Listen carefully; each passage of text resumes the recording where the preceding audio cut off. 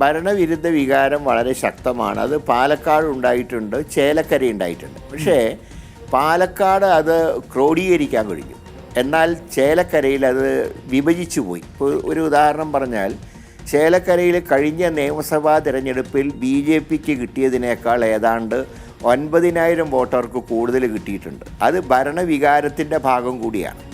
രണ്ടാമത് അൻവറിൻ്റെ സ്ഥാനാർത്ഥി 4,000-ൽ താഴെ വോട്ടാണ് വാങ്ങിയതെങ്കിലും അതും UDFന് കിട്ടേണ്ട വോട്ടുകളായിരുന്നു. അപ്പോൾ ഭരണവിരുദ്ധ വികാരം ചേലക്കരയിൽ ചെതറിപ്പോയി, എന്നാൽ പാലക്കാട് അത് ക്രോഡീകരിച്ചു. അപ്പോൾ രണ്ടിടത്തും കേരളത്തിലും ഭരണവിരുദ്ധ വികാരമുണ്ട്.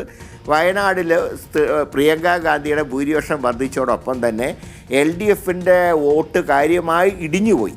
അപ്പോൾ അതുകൊണ്ട് തന്നെ ഈ മൂന്നിടത്തും കേരളത്തിലെ സർക്കാരിനെതിരായിട്ടുള്ള ഭരണവിരുദ്ധ വികാരം ശക്തമായി പ്രകടിപ്പിക്കപ്പെട്ടിട്ടുണ്ട്.